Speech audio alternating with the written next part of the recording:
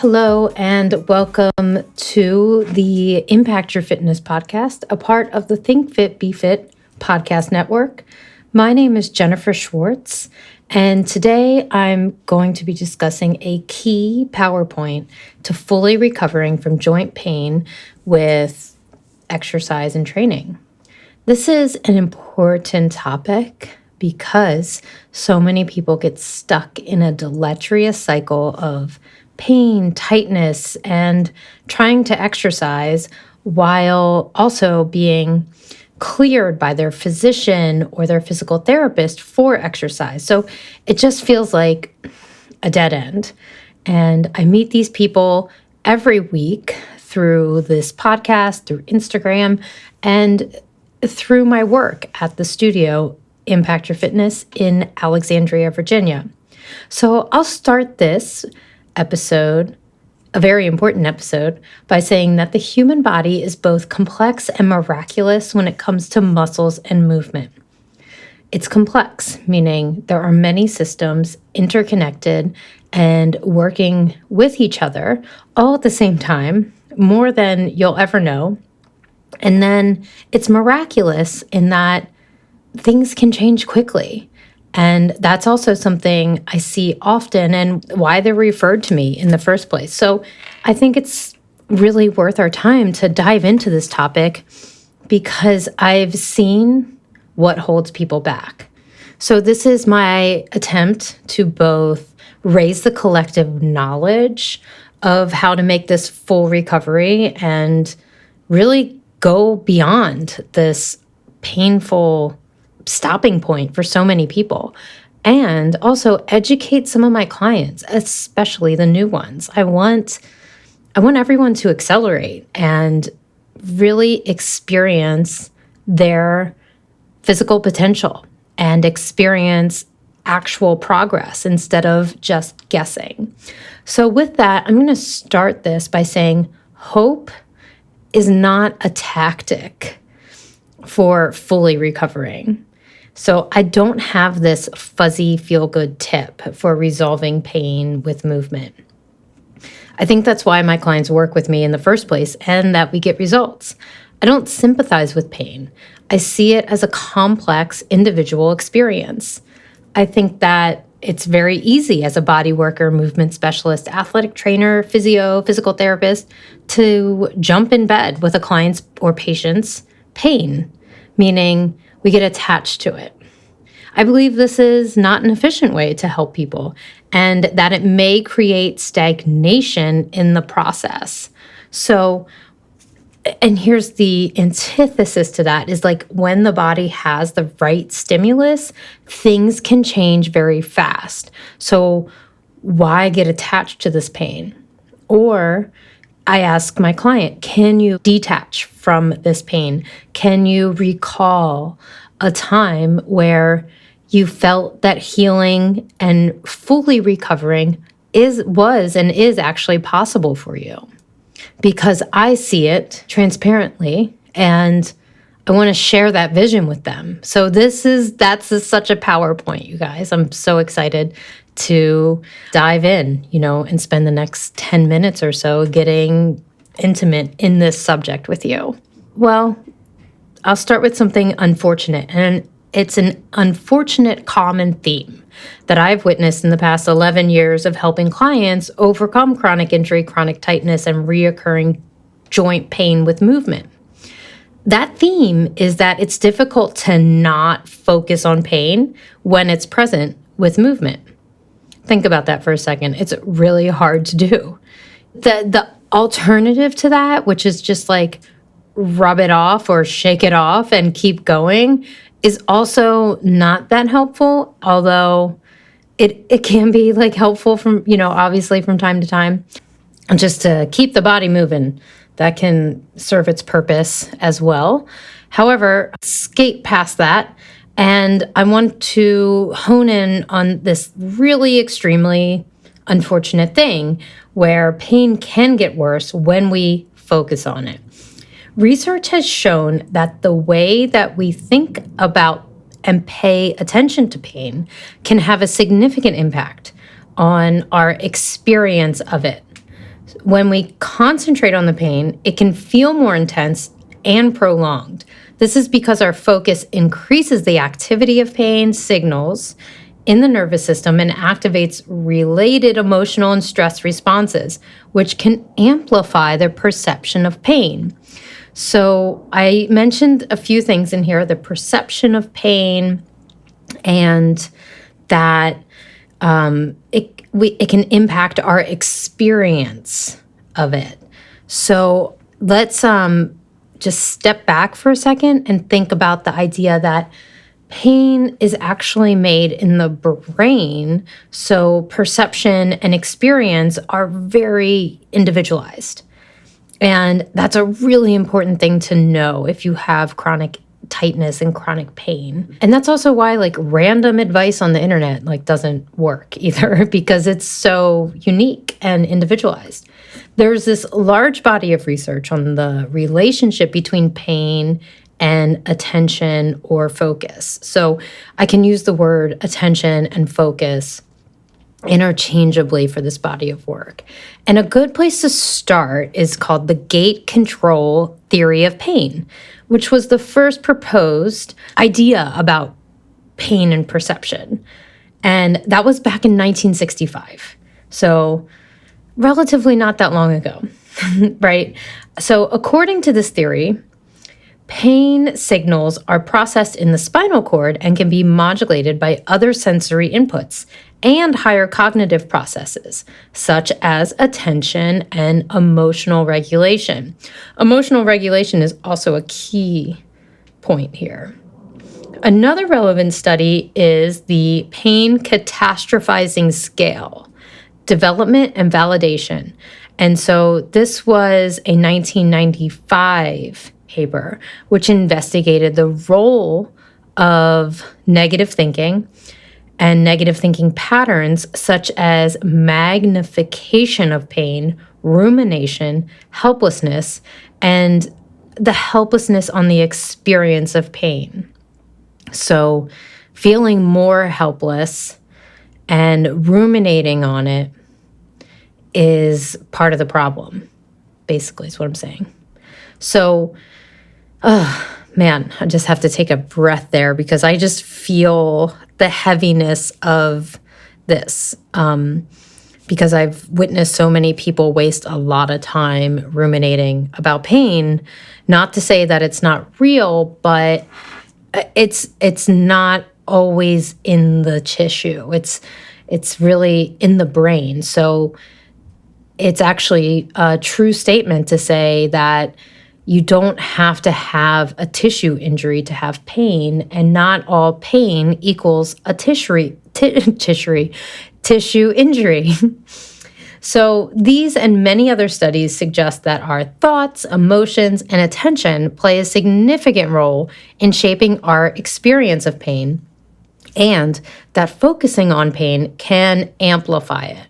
Wow. I spoke about this with actually a leading researcher on pain education, Dr. Adrian Lowe. And we had him for 2 episodes, and they will be linked in the show notes. All right, so let's move on to things that help. There are many, many therapies that help.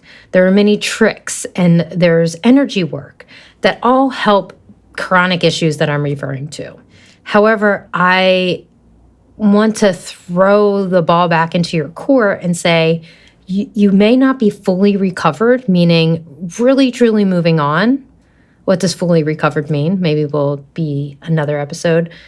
Until you're able to self-regulate, essentially, and self-regulate the emotions, the physiological response to pain and chronic tightness.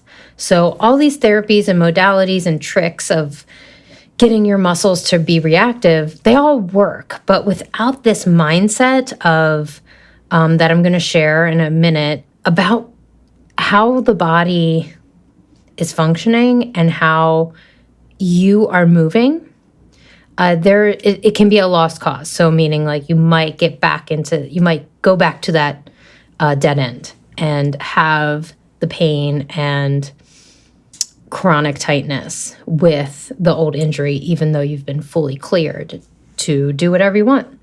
Whew. So I'm not here to pitch you on the idea that the methods I use of activating muscles, oxygenating tissues, or using interactive neuromuscular stimulation is the best and only way to progress. I'm not going to claim that. I'm not going to die on that hill. But I will say, without the idea that you are an observer of your body, that's the PowerPoint, and that's the key to progressing and to fully recovering. So this is something I share to impact my clients during the first phases of our treatment, and I build on it in this online course for rebranding and rebuilding your own exercise, to customize your own exercise, to be your own exercise guru. And you may have heard of being an observer of the body before. It's not new. In Buddhism, the idea of observing the body is a central aspect of mindfulness and meditation practices.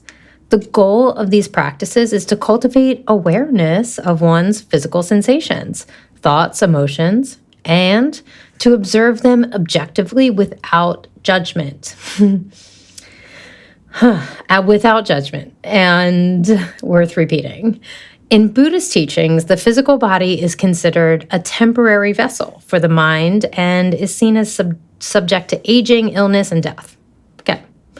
By observing the body and its sensations, practitioners can gain insight into the impermanence of all physical phenomena and develop a detachment from clinging to the body as a permanent self.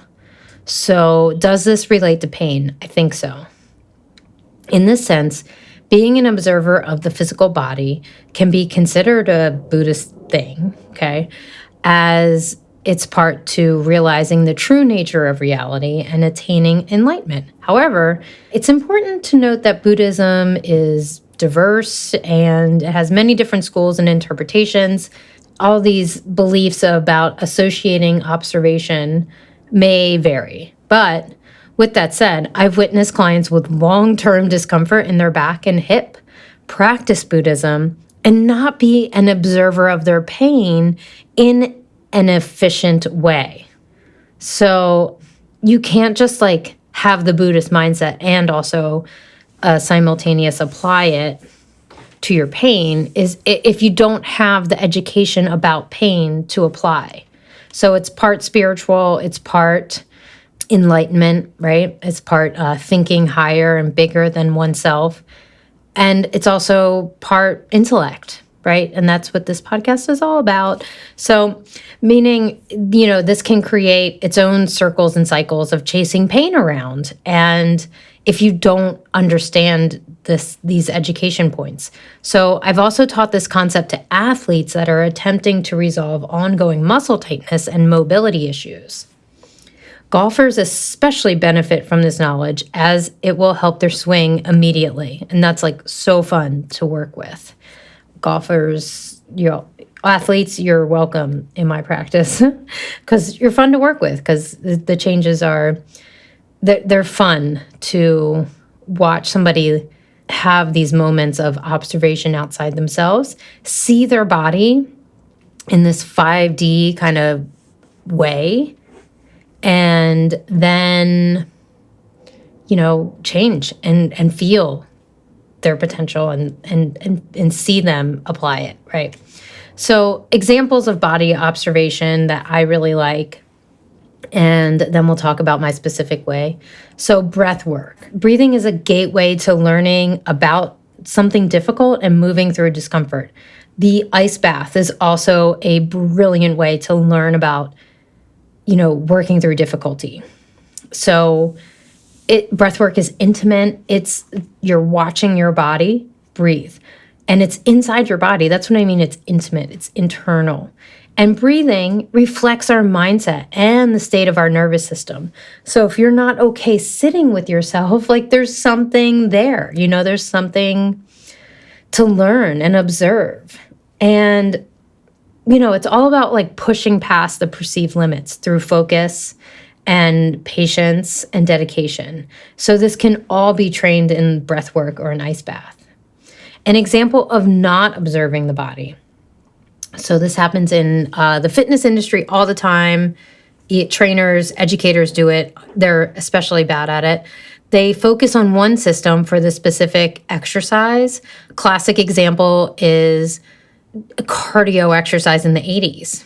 They wanted to help people improve their heart health, but instead drove them into the orthopedic office with joint issues. And that's because they saw the benefit of cardiovascular aerobic exercise for one system and then started to apply it to multiple things. So, not apply it to multiple things. They just thought that was the one way to go, right? It's just one system. And there's multiple systems. This is all interconnected. So I just fumbled there a little bit. Anyways, exercise is typically a prescription of force and time. It's really nothing more if you think about it. All the things within that are very detailed and complicated, but if you really think about exercise, it's a prescription of force and time. So if we focus on one system's response to the exercise prescription, we're just getting a contextual view. And so it's just like I'm stretching my shoulder to release my type trapezius muscle, upper shoulder muscle.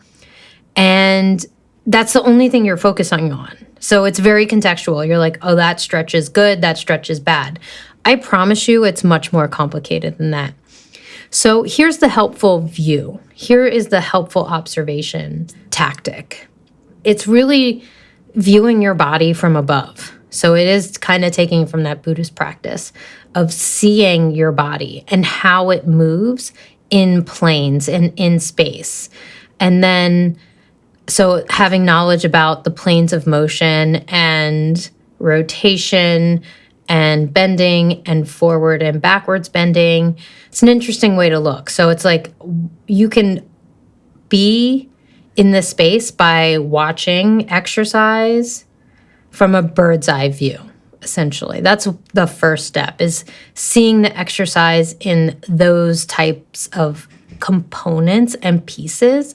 The second part is to then have your map of your body, like looking from it at like a map from above, third party, not from the inside.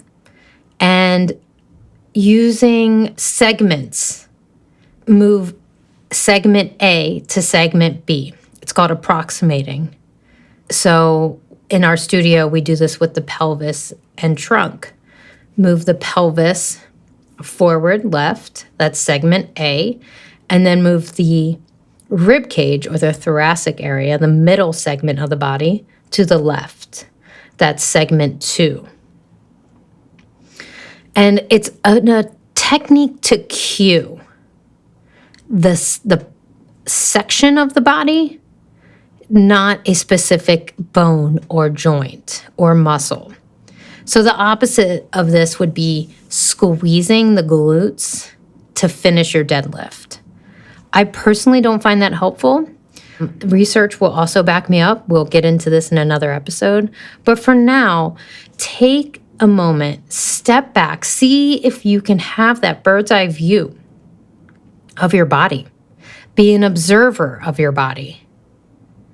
And see if you can go into segments. I teach this in my exercise course online. And it is simple, I think, but it does take some uncomfortable, out-of-the-box thinking to get there. But the first thing for you, listener of Impact Your Fitness, is to think about being an observer of your body. Think about what it means to observe something internal from an external perch. That's my challenge. And taking the knowledge I shared about pain catastrophizing and knowing that the more that you focus on it, the worse it will get physiologically. And in your brain, there's a memory associated with it. You're creating a memory. And So those are the two takeaways, I'd say. The mechanical movement piece, segment by segment, that's advanced. It's not for the podcast. What is for the podcast is to use the science of pain to impact your fitness. All right, that's all I got today, friends. Thank you so much for listening. Please reach out on Instagram at Jennifer_Simone_Schwartz. And check out the website, jennifersimoneschwartz.com. And if you want to visit us in Virginia, impactyourfitness.net. I can't wait to hear from you. Have an awesome week.